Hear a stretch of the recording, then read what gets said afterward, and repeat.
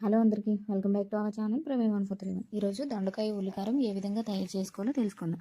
దీనికోసం ముందుగా దొండకాయలను నీటిలో వేసి ఈ విధంగా శుభ్రం చేసుకున్న తర్వాత ఒక దొండకాయని 4 ముక్కలుగా కట్ చేసి పక్కన పెట్టుకోవాలి. తర్వాత స్టవ్ పై కడాయి పెట్టి కొద్దిగా ఆయిల్ వేసి ఆయిల్ హీట్ అయ్యాక ధనియాలు సన్నగా తరిగిన ఒక పెద్ద సైజు ఉల్లిపాయను కూడా ఇందులో వేసి ఎండుమిర్చిని కూడా ఇందులో వేసుకొని ఉల్లిపాయ మెత్తబడేటంత వరకు దీన్ని వేపుకొని చల్లగా అయ్యేటంత వరకు పక్కన పెట్టుకోవాలి. తర్వాత స్టవ్ పై కడాయి పెట్టి ఇందులో కొద్దిగా ఆయిల్ వేసి ముందుగా కట్ చేసుకున్న దొండకాయ ముక్కలు అలాగే కరివేపాకు కొద్దిగా సాల్ట్ను కూడా వేసి మొత్తం ఓసారి కలుపుకొని దీనిపై మూత పెట్టి కాసేపు మగ్గనివ్వాలి.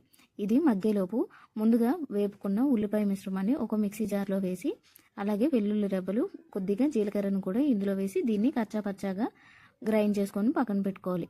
ఈలోపు దొండకాయలు ఈ విధంగా మగ్గుతాయి.